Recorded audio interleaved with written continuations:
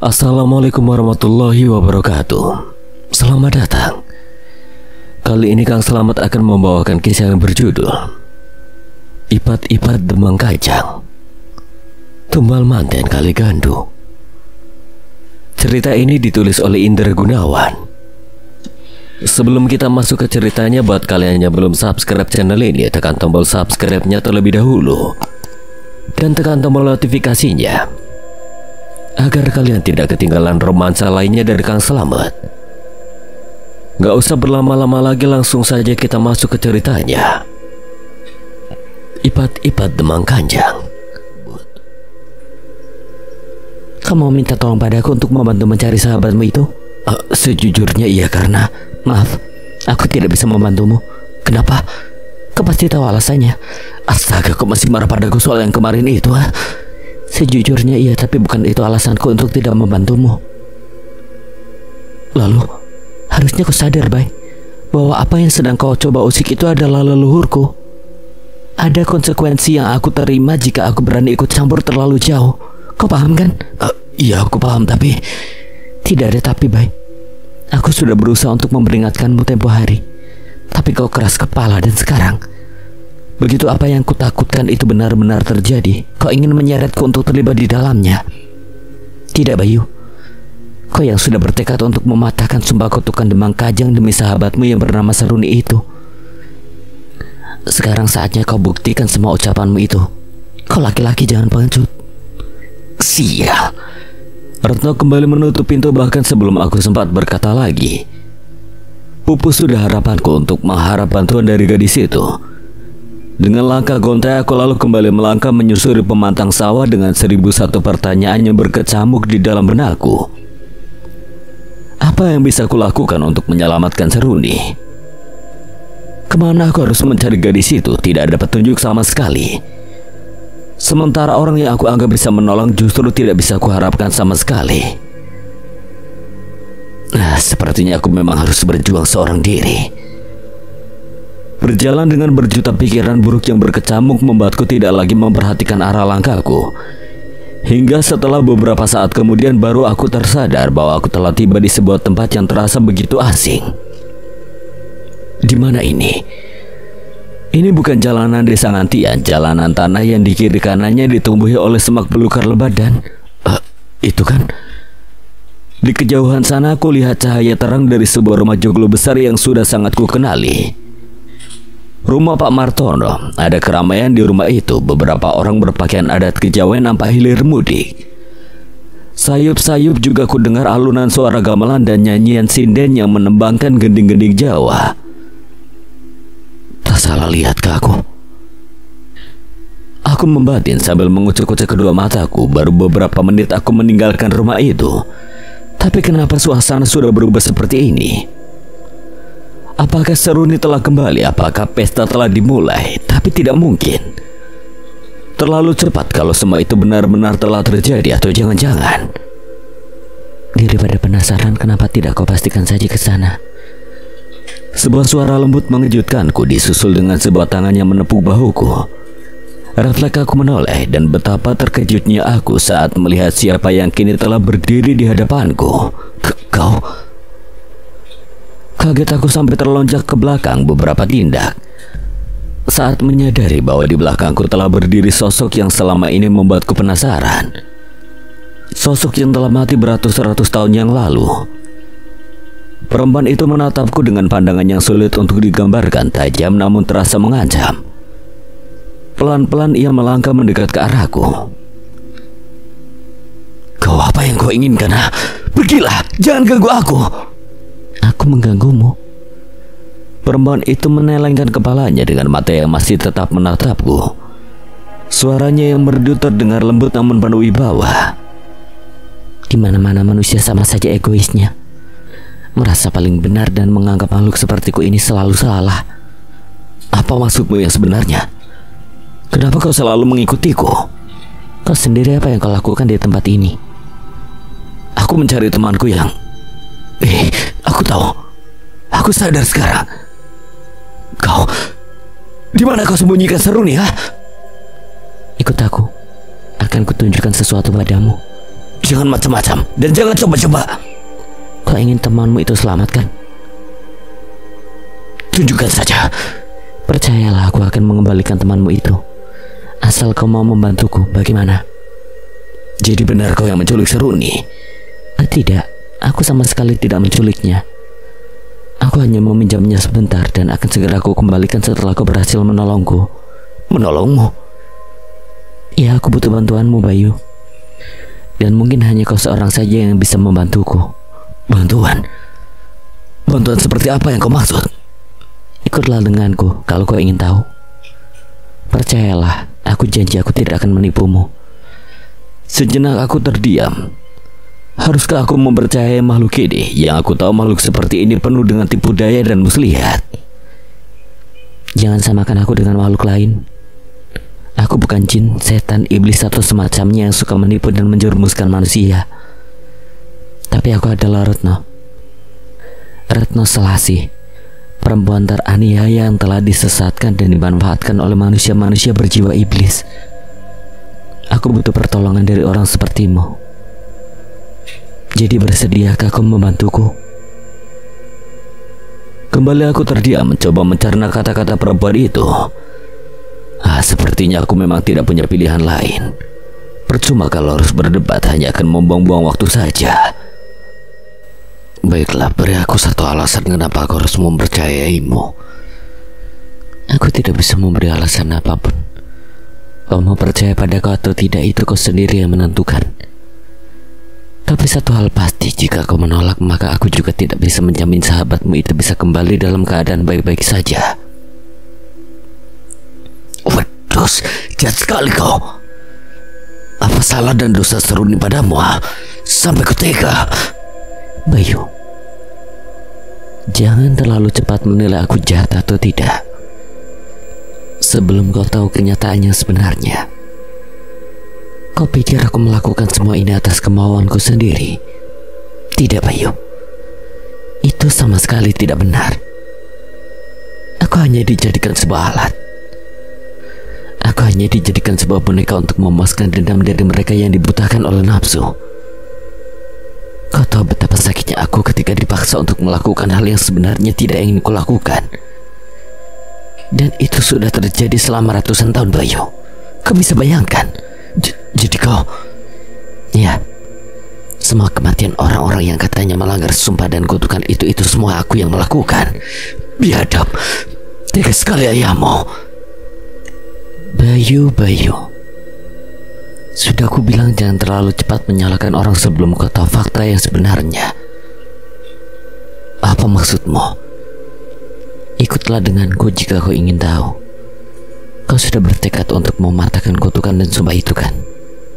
Akan kutunjukkan caranya. Lagi-lagi aku terdiam. Hati kecilku masih belum sepenuhnya bisa mempercayai perempuan ini. Jangan terlalu lama berpikir, Bayu. Waktu kita tidak banyak. Waktu yang ditentukan untuk pernikahan sahabatmu itu menjadi batas waktumu untuk menyelesaikan tugas terkutuk ini. Dan itu berarti... Sial. Baiklah kalau begitu aku ikut permainanmu, Nyai. Tapi ingat, kalau kau coba-coba menipuku, kau bisa melakukan apa saja kepadaku, Bayu, kalau nanti aku terbukti menipumu.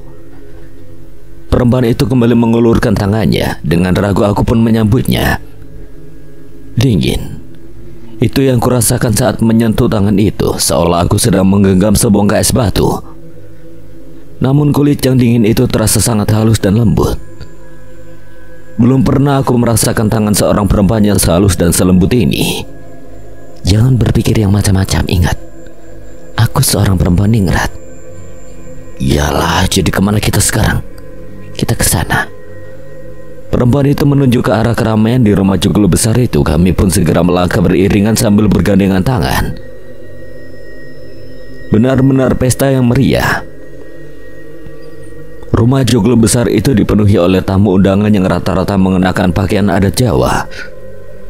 Ada juga beberapa orang asing dengan pakaian khas kolonial, mirip dengan menir-menir Belanda yang sering kulihat di film-film jadul dulu.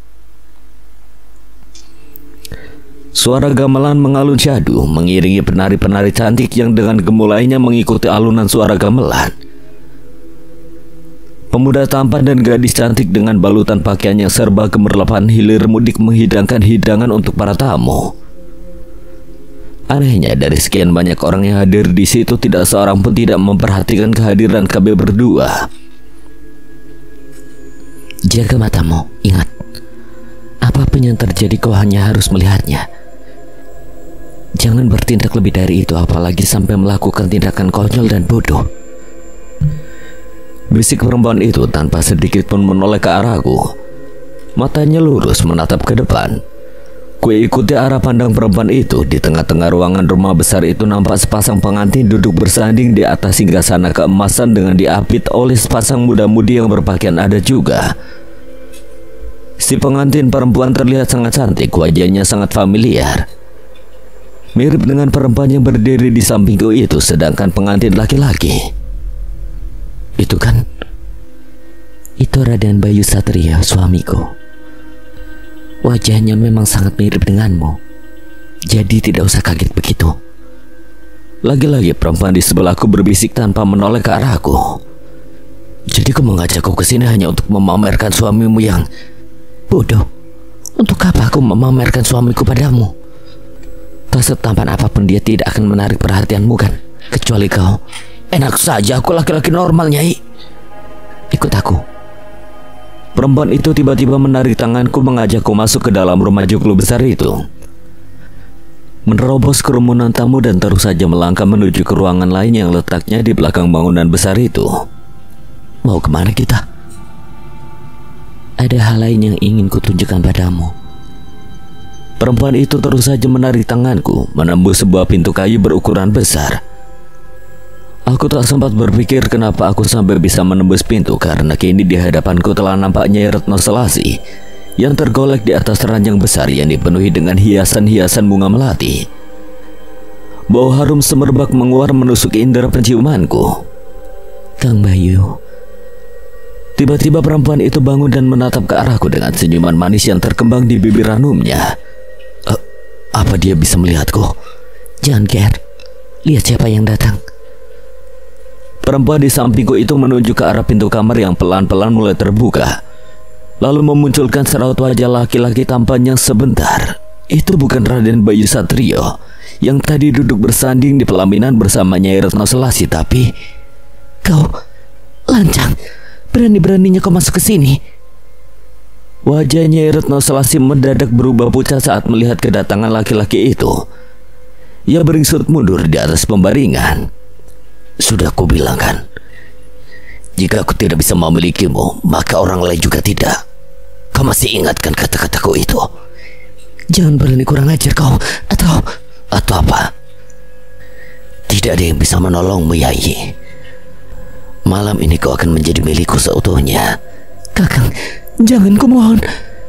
Nyai Retno Selasi menghibah sambil terus beringsut mundur sampai punggungnya tersandar pada dinding kamar.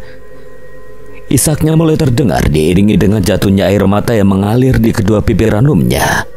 Terlambat kau memohon, Yai. Laki-laki itu naik ke pembaringan dan menggeser tubuhnya mendekat ke arah Nyai Retno Selasi yang kini terpojok di sudut ranjang. Tidak ada guna air matamu itu, semua sudah terlambat. Tidak akan ada yang bisa menolongmu, prajurit yang berjaga di depan kamar ini. Itu semua adalah orang kepercayaanku, jadi percuma juga kau kalau berteriak minta tolong. Jadi tidak ada pilihan lain bagimu malam ini. Bajingan kau, Kakang. Sebuah tamparan keras mendarah di pipi laki-laki itu diiringi sumpah serapah yang keluar dari mulutnya Retno Selasi. Perempuan jalang. Dengan wajah merah padam laki-laki itu mengusap pipinya, lalu dengan kasar menarik lengannya Retno Selasi, membuat perempuan itu terbanting di atas ranjang. Dengan buas laki-laki itu lalu menerkam dan menindih tubuhnya Retno Selasi yang masih terus meronta-ronta dan menjerit-jerit histeris berusaha melepaskan diri. Namun apa daya, tenaga laki-laki yang telah dirasuki nafsu setan itu begitu kuat membuat usahanya Retno Selasi sia-sia. Beberapa kali laki-laki itu menampar, menjambak dan menghempas-hempaskan tubuhnya Retno Selasi hingga perempuan itu lemas kehabisan tenaga. Dengan kasar, laki-laki itu merobek kainnya membungkus tubuh bagian bawah Nyai Retno Selasi, membuat perempuan itu menjadi setinggi langit. Dengan kasar, laki-laki itu yang telah dirasuki nafsu setan segera merenggut kainnya membungkus tubuh bagian bawah Nyai Retno Selasi hingga robek, lalu kembali menindih tubuh perempuan malang itu. Jeritan perempuan itu segera tertahan saat tangan kekar si laki-laki bejat membekap mulutnya. Biadab. Tanpa pikir panjang, aku segera melompat dan menerjang ke arah laki-laki itu. Tanganku yang terkepal kuarahkan tepat ke kepalanya. Serangan yang kulancarkan dengan sekuat tenaga itu ternyata sia-sia, seolah terbuat dari sebuah hologram yang transparan. Pukulanku hanya menembus sosok laki-laki itu, dan sialnya karena aku mengerahkan seluruh tenagaku. Maka saat pukulanku meleset membuat keseimbanganku sedikit goyah, tak ayal tubuhku pun terjerembab ke atas lantai. Bodoh, kan sudah kubilang, di sini kau hanya bisa melihat, tidak ada hal lain yang bisa kau lakukan di sini selain itu. Masih juga kau bertindak ceroboh. Waduh. Sambil mengumpat aku berusaha untuk bangkit. Kulihat perempuannya berdiri di sudut ruangan itu menengadah sambil memejamkan matanya rapat-rapat. Sekilas kulihat 2 bulir air bening mengalir dari kedua sudut matanya. Sepertinya ia tidak sanggup menyaksikan malaikat maut yang merenggut nyawanya beberapa ratus tahun yang lalu. Dan di atas ranjang, tak cukup hanya dengan menutup mata, aku bahkan memalingkan wajahku sambil menyandarkan punggungku ke dinding kamar. Tak sanggup rasanya aku menyaksikan pemandangan brutal di depan mataku itu. Namun meski mata telah kupejamkan rapat-rapat, suara rintihan dan isak tertahan yang kudengar masih sanggup mengiris dan mengoyak hati sanubariku yang paling dalam. Bisa kubayangkan seberapa besar penderitaan Nyai Retno Selasi malam itu. Di hari di mana ia seharusnya mendapatkan kebahagiaan, malapetaka justru datang merenggut segalanya. Buka matamu, Bayu, semua sudah selesai. Kudengar bisikan Nyai Retno Selasi. Aku pun membuka mataku lalu melirik ke atas ranjang, di mana nampak si laki-laki bejat itu telah mengenakan kembali pakaiannya. Tidak ada gurat penyesalan di wajahnya. Yang ada justru rona kepuasannya membuatku muak bukan kepala. Laki-laki itu menendang dan meludah ke arah sosok yang kini telah terbujur diam di atas ranjang itu. Andai aku menuruti kata-kataku, Yai, peristiwa ini tidak perlu sampai terjadi. Biadab. Lagi-lagi aku mengumpat, menumpahkan segala rasa amarahku saat melihat laki-laki itu melangkah santai meninggalkan kamar tanpa sedikit pun merasa berdosa. Ekor mataku lalu beralih ke sosok di atas ranjang. Hilang sudah rona kecantikan putri Demang Kajang itu. Wajah perempuan itu kini terdongak dengan mata membeliak, menampakkan bagian putihnya saja. Mulutnya terbuka lebar dengan lidah yang berjulur keluar. Urat-urat lehernya menegang dan tubuh bagian bawah perempuan itu, aku tak akan sanggup untuk menceritakannya. Tragis bukan? Laki-laki yang harusnya mengayomi dan melindungiku itu justru tega merenggut kesucianku dan juga nyawaku. Dia mencekiku sampai mati setelah mengambil sesuatu yang paling berharga yang aku miliki. Siapa laki-laki itu, Nyai? Kau ingin tahu? Perempuan itu menatapku sejenak lalu mengulurkan tangannya yang segera kusambut tanpa keraguan lagi. Mari kita ikuti laki-laki itu.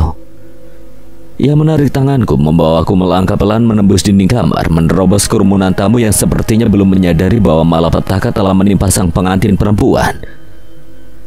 Kulihat Raden Bayu Satrio masih nampak asik berbincang dengan beberapa tamu penting. Nyai Retno Selasi terus menggandeng tanganku mengikuti laki-laki bejat yang kini berlari menembus gelapnya malam, menyusuri hutan kecil ke arah selatan, lalu menyeberangi jembatan yang melintang di atas kali Gandu yang menjadi batas antara Kademangan Kajang dan Ngantian. Aku baru tahu kalau ternyata di zaman itu ada jembatan yang menghubungkan Kademangan Kajang dan Ngantian. Entah kemana jembatan itu sekarang. Langkah kami berlanjut hingga sampai di sebuah tanah lapang yang luas.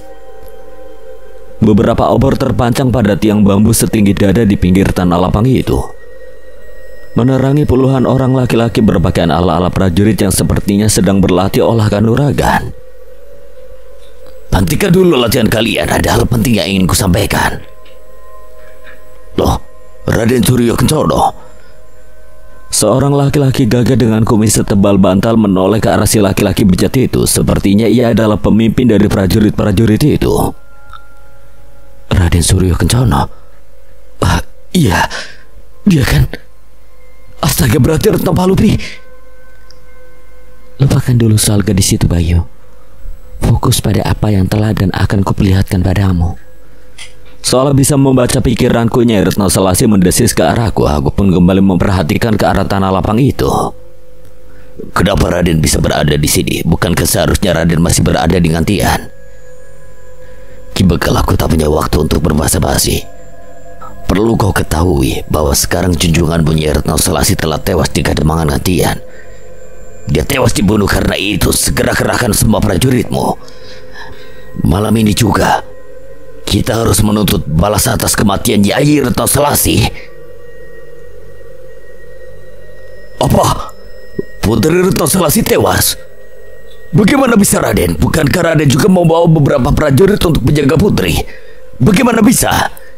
Jangan banyak bertanya, Ki Bekal. Siapa saja prajuritmu, kita serang Ngantian malam ini juga. Tapi Raden, apakah sudah ada perintah dari Ki Demang untuk... Jangan bodoh kau, Ki Bekal. Di saat seperti ini sempat-sempatnya engkau bertanya soal perintah. Aku yang memerintahmu sekarang, paham? Maaf Raden, memang sudah menjadi tugas saya untuk membela dan melindungi kehormatan Kademangan ini.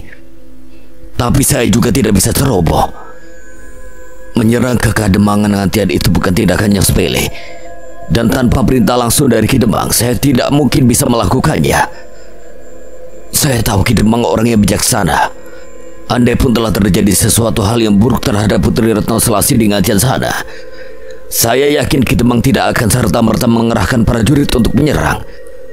Lagi pula setengah dari prajurit Kajang kan sudah berada di Ngantian. Kenapa Raden justru memanggil prajurit yang ada di sini? Ki Bekal, aku tahu Ki Bekal seorang prajurit tangguh yang menjadi andalan Kademangan Kajang. Tapi Kajang tidak butuh prajurit yang banyak omong sepertimu. Secepat kilat Raden Suryo Kencana mencabut kerisnya dan menusukkannya ke dada Ki Bekal.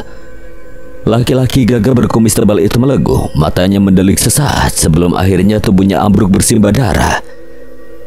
Nyawa laki-laki itu melayang di tangan Raden Suryo Kencana.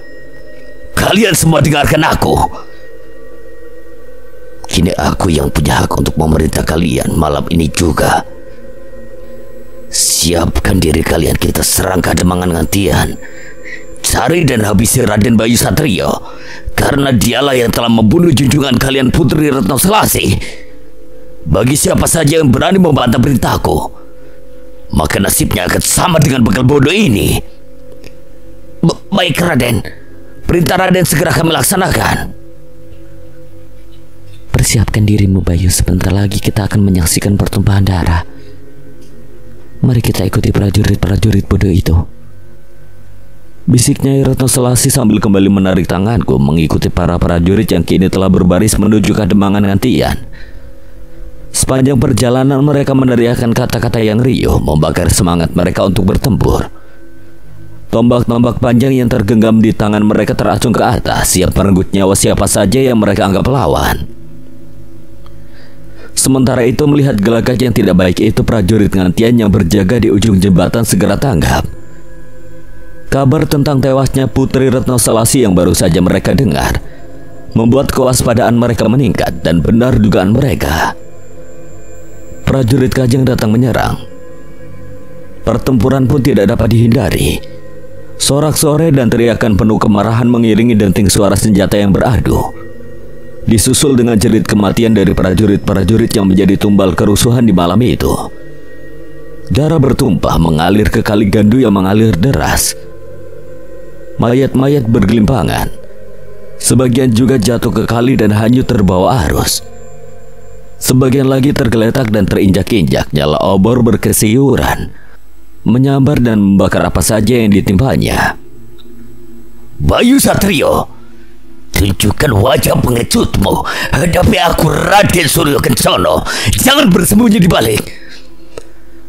Sosok bayangan melesat dan menerjang ke arah Raden Suryo Kencana, membuat tubuh laki-laki itu terlempar ke belakang dan jatuh bergulingan. Namun dengan sigap laki-laki itu kembali melompat bangkit sambil menghunuskan kerisnya. Bajingan, lancang mulutmu Suryo Kencana. Siapa yang kau bilang pengecut? Kini Bayu Satrio telah hadir di hadapanmu, siap mengadu jiwa dengan laki-laki pengecut sepertimu. Lantang suara Raden Bayu Satrio yang kini telah berdiri dengan gagahnya di hadapan Raden Suryo Kencana. Bagus, ternyata kau masih punya nyali untuk menghadapiku. Malam ini kita tunjukkan siapa yang lebih hebat di antara kita, Bayu Satrio. Mari kita tuntaskan dendam lama kita. Kedua kesatria itu pun segera terlibat dalam pertempuran yang sengit. Keduanya sama-sama tangguh, gesit dan lincah. Adu pukul, adu tendang, dan adu senjata pun terjadi. Sesekali diiringi dengan teriakan sumpah serapah hingga beberapa saat kemudian Raden Suryo Kencana mulai terdesak. Beberapa kali serangan Raden Bayu Satrio mendarat telak di tubuhnya, membuat laki-laki itu terus mundur dan mundur menjauh dari arena pertempuran. Raden Bayu Satrio yang merasa telah di atas angin terus mendesak Raden Suryo Kencana tanpa menyadari bahwa sebuah akal licik telah disiapkan oleh lawannya itu.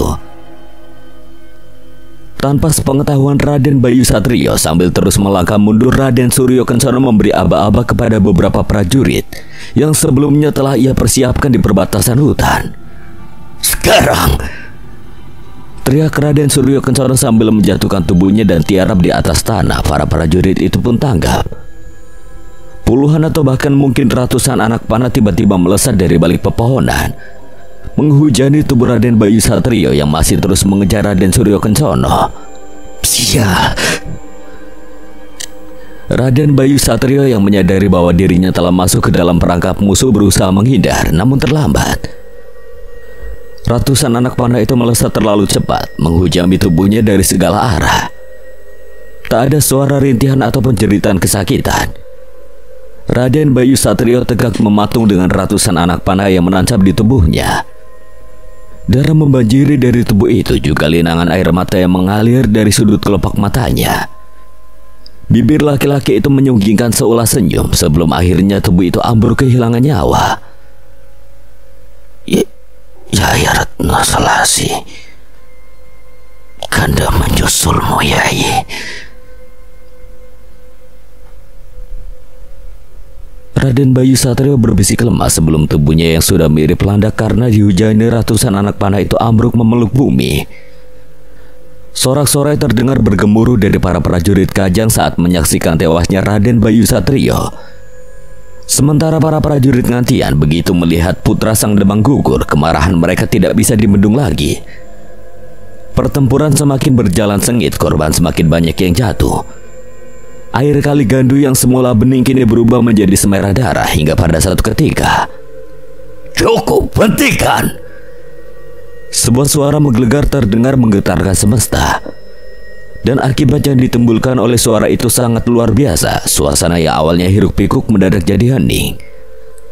Tak ada lagi suara teriakan, tidak terdengar denting senjata beradu. Bahkan para prajurit yang telah sekarat pun tidak punya nyali untuk sekedar merintih atau menggeliat. Hanya suara dengus nafas yang kelelahan yang terdengar samar. Semua manusia yang hadir di tempat itu kini hanya bisa berdiri mematung di tempat mereka masing-masing. Seolah-olah kaki-kaki mereka terpakur di dalam bumi yang mereka pijak, hingga membuat mereka sama sekali tidak bisa bergerak. Hanya ada satu manusia yang nampak masih bisa bergerak. Seorang laki-laki berpakaian serba gemerlapan dengan tubuh tinggi besar dan wajah sangar nampak keluar dari joglo tempat tadi diadakannya pesta, sambil membopong tubuh Nyai Retno Selasi yang kini telah menjadi mayat. Dengan langkah tertatih, laki-laki itu terus berjalan melewati area pertempuran yang kini dipenuhi oleh sosok-sosok patung bernyawa yang berdiri kaku, lalu menyeberangi jembatan menuju ke Kademangan Kajang. Sampai di ujung jembatan, laki-laki itu berhenti lalu membalikkan badannya. Matanya nyalang memandang ke depan tanpa berkedip, wajahnya menampakkan kemarahan yang teramat sangat. Dan sumpah Demang Kajang yang legendaris itu pun terucap, "Wahai rakyatku dan juga rakyat Ngantian sekalian, malam ini adalah malam paling kelam dalam sejarah Kademangan Kajang dan Ngantian. Aku Demang Kajang merasa sangat berduka. Saudaraku Ki Demang Antian juga berduka. Kita semua berduka. Kita telah kehilangan putra-putri kebanggaan kita. Cukup sudah duka ini kita akhiri sampai di sini. Jangan ada pertumpahan darah lagi soal siapa biang keladi dari masalah ini. Biar aku Demang Kajang yang mengurusnya.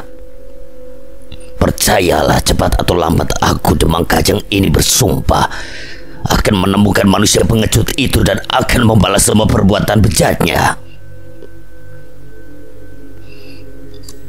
Dan sebelum aku menemukan manusia itu untuk mencegah terjadinya pertumpahan darah lagi, maka mulai malam ini aku melarang warga Kajang memasuki wilayah Kademangan Antian. Begitupun juga sebaliknya, agar kalian tidak lagi saling menyerang dan saling bunuh. Dan untuk mengenang peristiwa ini serta menghormati Putri Retno Selasi dan Raden Bayu Satrio yang telah tewas malam ini, maka semenjak malam ini dan seterusnya, jangan pernah ada lagi pernikahan antara warga Kajang dan Ngantian, agar kejadian yang seperti ini tidak sampai terulang kembali. Bagi sesiapapun saja yang melanggar, maka nasibnya akan sama dengan yang dialami oleh kedua putra-putri kami ini. Camkan itu baik-baik. Sekarang kalian semua bubar kembali ke kediaman kalian masing-masing. Suara Ki Demang Kajang terdengar lantang, menggetarkan hati siapapun yang mendengarnya. Alam seolah ikut menjadi saksi dari sumpah Demang itu. Langit yang semula cerah tiba-tiba menjadi gelap. Awan hitam bergulung-gulung dari arah selatan, menelan sang rembulan dan bintang yang menghiasi angkasa. Kilat menyambar-nyambar, guntur menggelegar, angin bertiup kencang. Dan hujan badai pun tiba-tiba turun menyapu sisa-sisa pertikaian malam itu. Air kali gandum menggelak, meluap dan menghanyutkan siapapun yang dilandanya. Jembatan kayu yang menjadi penghubung antara Kademangan Kajang dan Ngantian itu pun runtuh diterjang banjir bandang. Ki Demang Kajang melangkah tersaruk-saruk kembali ke kediamannya, membawa mayat sang putri dalam dekapannya. Juga duka cita yang meluluhlantakkan hati dan perasaannya. Aku masih diam mematung menyaksikan bencana di malam kelam ini.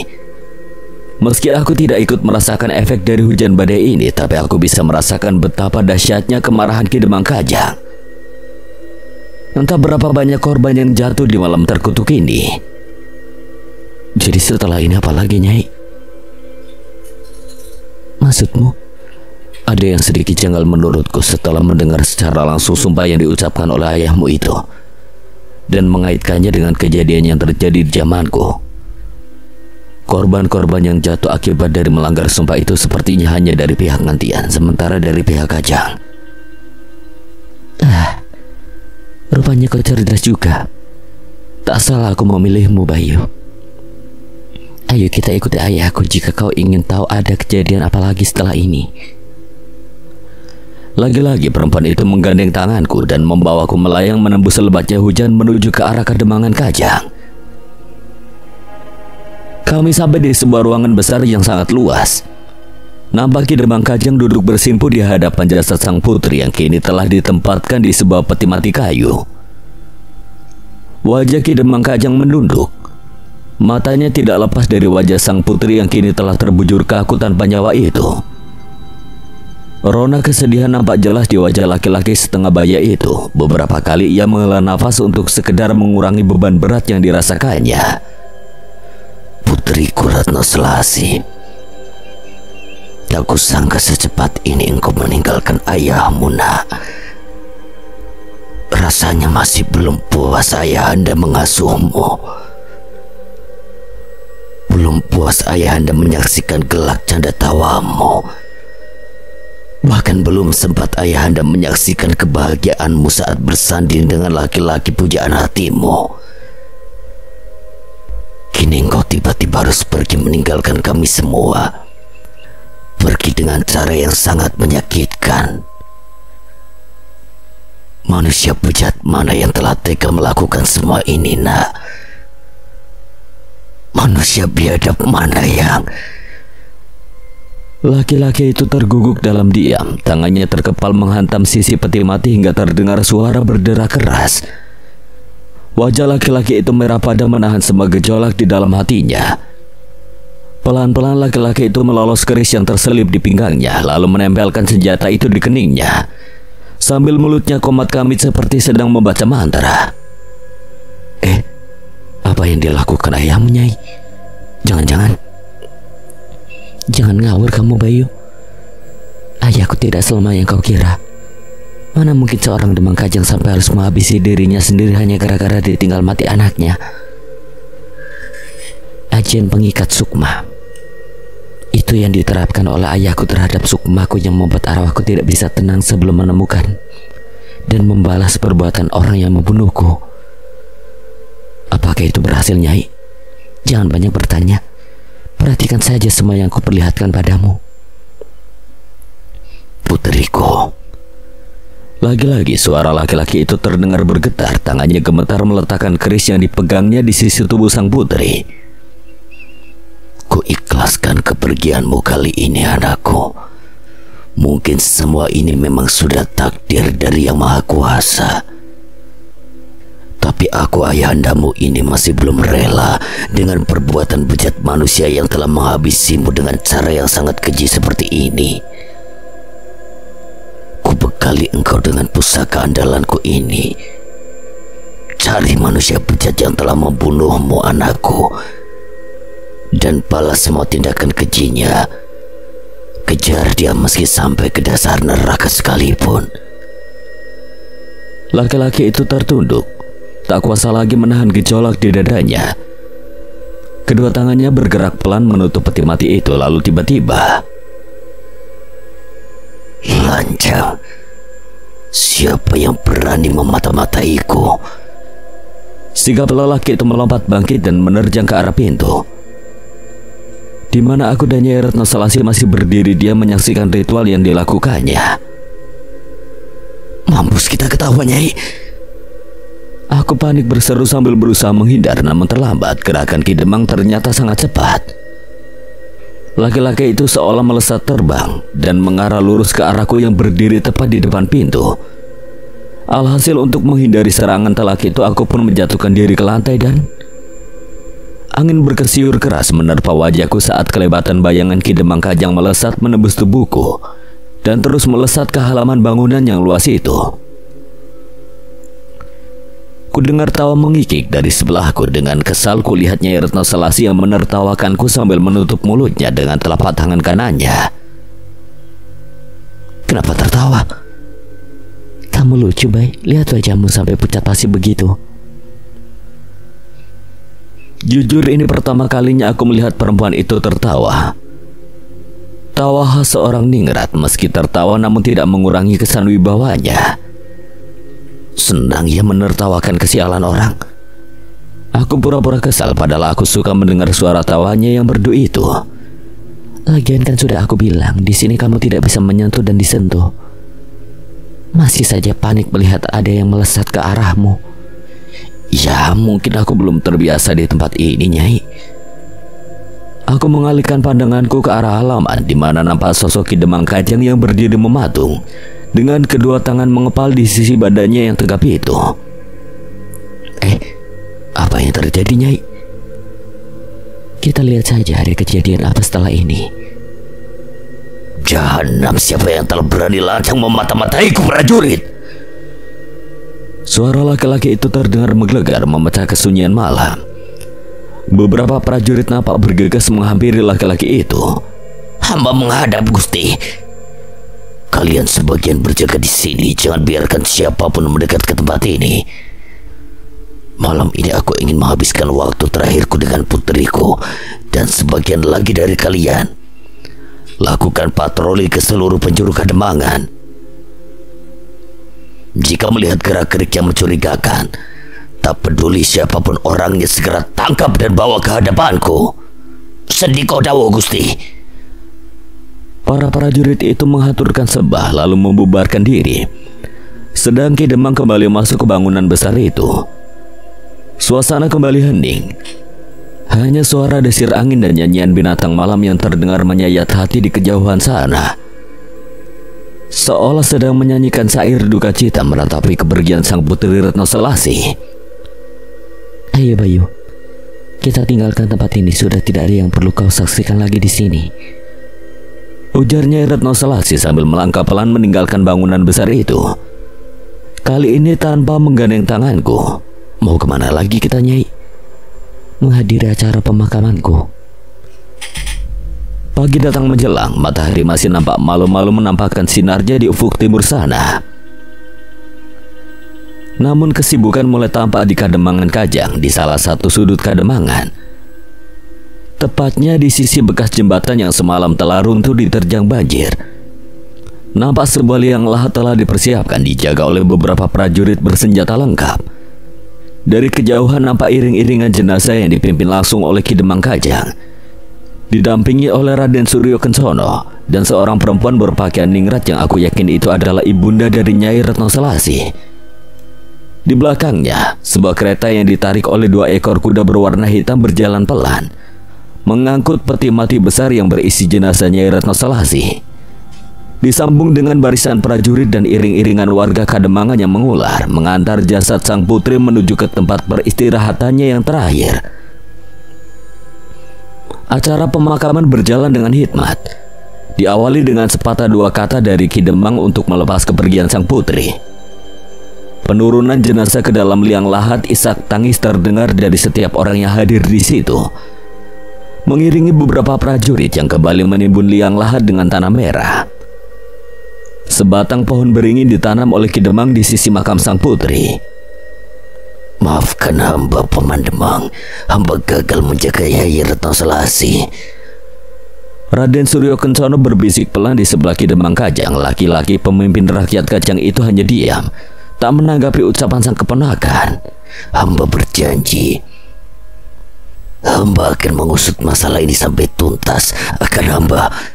Tidak perlu, Suryo, jangan kau memperkeruh suasana.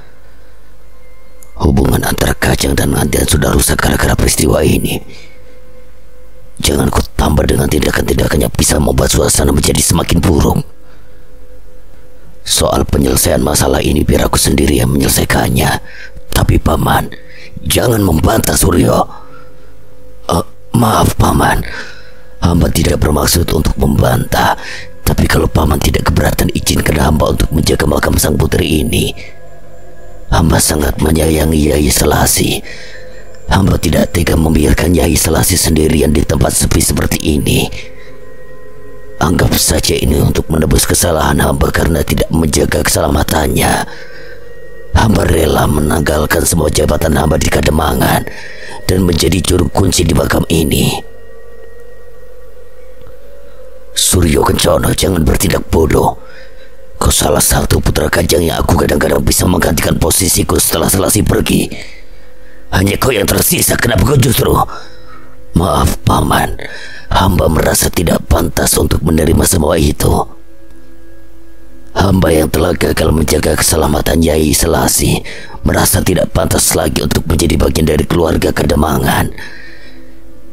Jadi sekali ini saja hamba mohon, kabulkan permintaan hamba ini untuk menebus semua kesalahan hamba, agar hamba bisa menghabiskan sisa umur hamba dengan tenang di sisi makam Nyai Selasih yang sangat hamba sayangi ini. Suryo Kencono. Kang Mas, tenang Kang Mas, sabar. Jangan ganggu ketenangan anakku di alam sana dengan emosimu. Sial. Terserah kaulah Suryo. Jika memang itu maumu, baiklah. Ku kabulkan permintaanmu hari ini juga. Ku tetapkan engkau sebagai penjaga makam putriku dan tugas pertamamu sebagai seorang penjaga makam. Mulai besok bangun sebuah punden di tempat ini untuk melindungi makam ini. Aku tidak ingin ada siapa pun mengusik istirahat panjang putriku.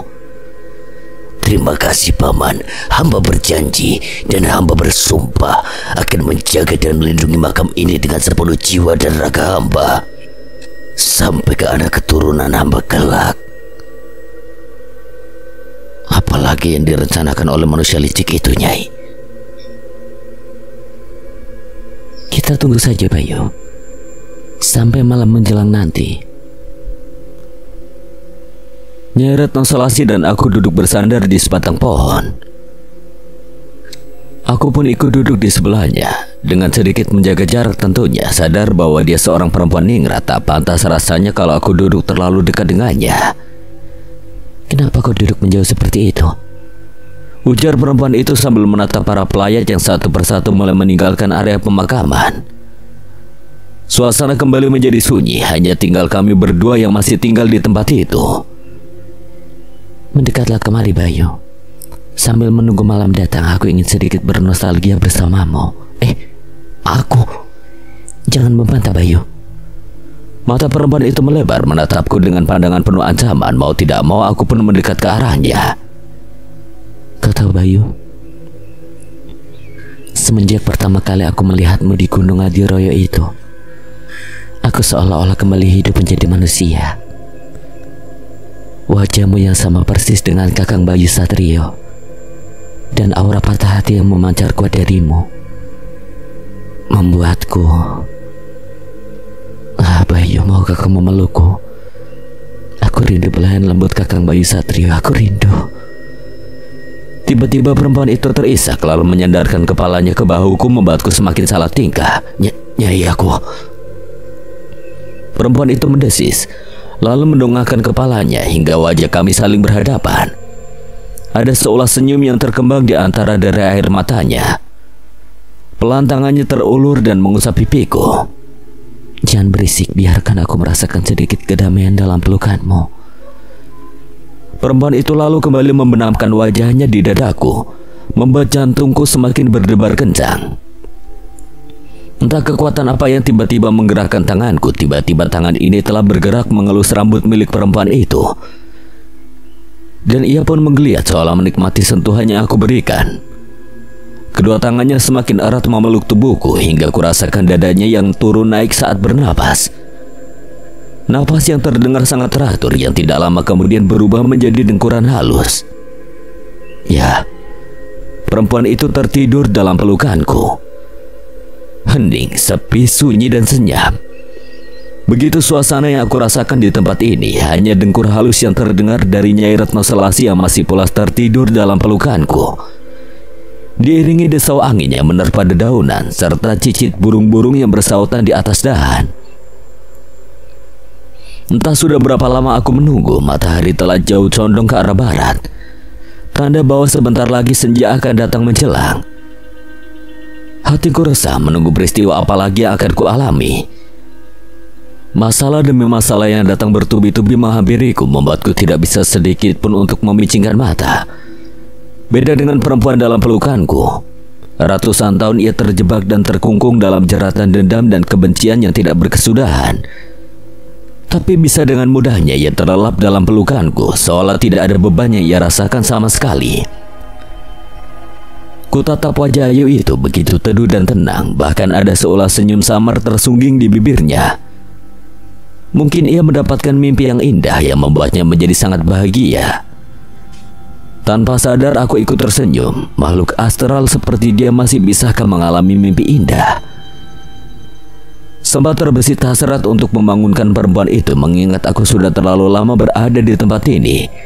Dan di tempat juga dimensi yang berbeda keselamatan Seruni sedang dipertaruhkan.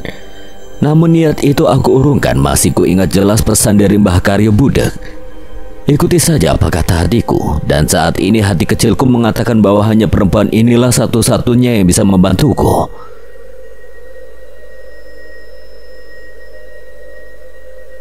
Kenapa kau menatapku seperti itu? Aku terjengah saat tiba-tiba perempuan itu membuka mata dan menengadahkan wajahnya.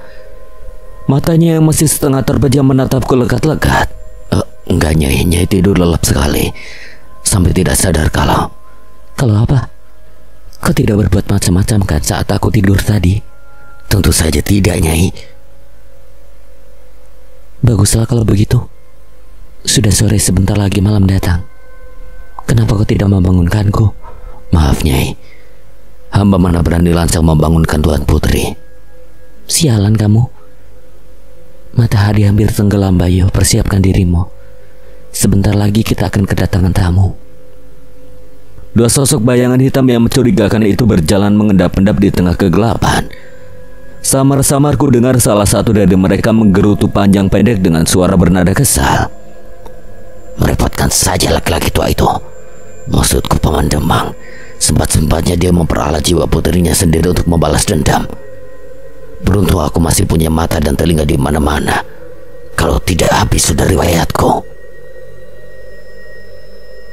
Kakek suara serak khas milik seorang kakek terdengar dari sosok yang satunya lagi. Dari awal sudah kubilang Raden, pamanmu itu tidak bisa dipandang sebelah mata. Masih untung Raden tidak sampai ketahuan. Kalau tidak, mungkin sekarang Raden sudah menyusul Tuan Putri ke akhirat. Lihat saja nanti. Kalau rencana kita malam ini berhasil, akan kubuat si tua bangka itu mati menderita. Dan aku akan mendapatkan kembali posisi Demang yang sudah kupertaruhkan. Jangan terlalu terburu-buru Raden. Dan jangan ceroboh atau semua rencana yang telah kita susun menjadi berantakan. Aku tidak peduli apapun caranya. Rencana kita malam ini harus berhasil, atau kepalamu yang akan aku jadikan tumbal. Ini menarik. Pekerjaan yang harus mempertaruhkan sebuah kepala sudah tentu akan dibarengi dengan imbalan yang sepadan juga. Kisansa, sifat mata duitanmu itu seperti sudah mendarah daging ya. Apa masih kurang semua yang telah kuberikan padamu selama ini ya? Tentu saja Raden. Untuk yang terakhir ini beda dengan yang sebelum-sebelumnya. Jangan berbelit-belit Ki, katakan saja apa yang kau mau. Aku suka yang begini, tanpa basa-basi lagi, karena ini sudah menyangkut soal jabatan dan kekuasaan. Maka jika rencana kita malam ini berhasil dan Raden diangkat menjadi Demang nanti, maka saya juga harus ikut menikmati dan merasakan kamukten itu. Kisanca, sudah tua bangka botan, aku masih menginginkan jabatan juga. Bukan untuk aku Raden, tapi untuk anak keturunanku. Baiklah Ki, itu bisa diatur. Yang penting sekarang selesaikan dulu tugasmu. Soal permintaanmu itu nanti bisa aku pikirkan. Tidak Raden, aku memang sudah tua, tapi aku tidak bodoh. Raden pikir aku tidak tahu kelicikan Raden selama ini. Jadi aku ingin Raden memutuskannya sekarang juga. Brengsek, kau sama merepotkannya dengan Demang tua ke barat itu Ki.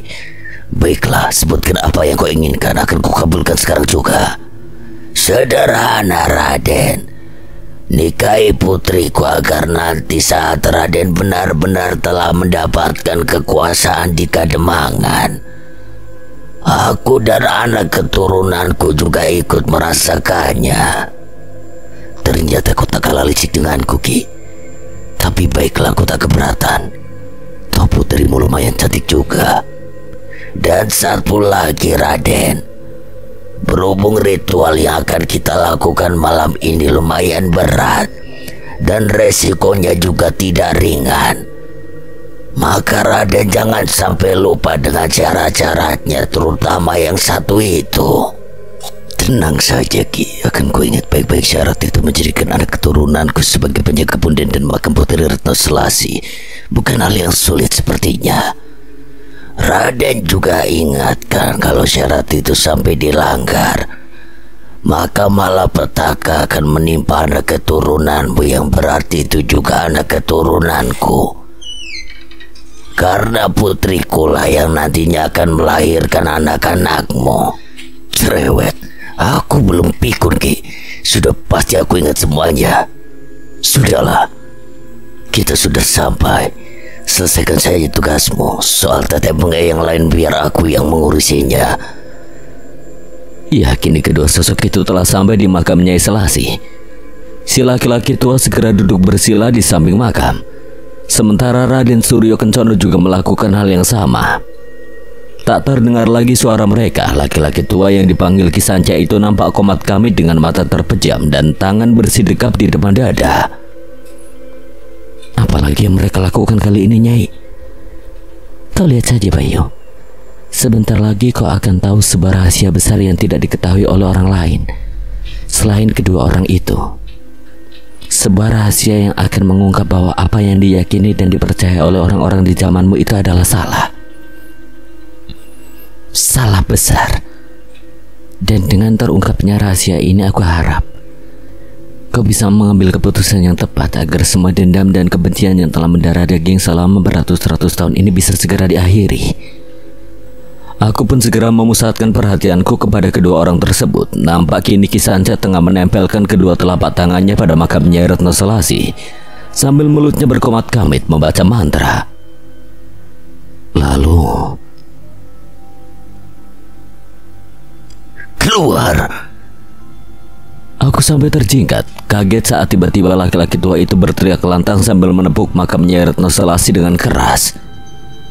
Bersamaan dengan itu, selarik cahaya putih terang seolah melompat keluar dari dalam makam. Sekarang, Raden.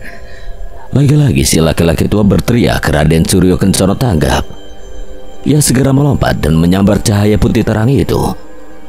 Nampak cahaya itu semakin meredup saat berada di tangan Raden Suryo Kencana.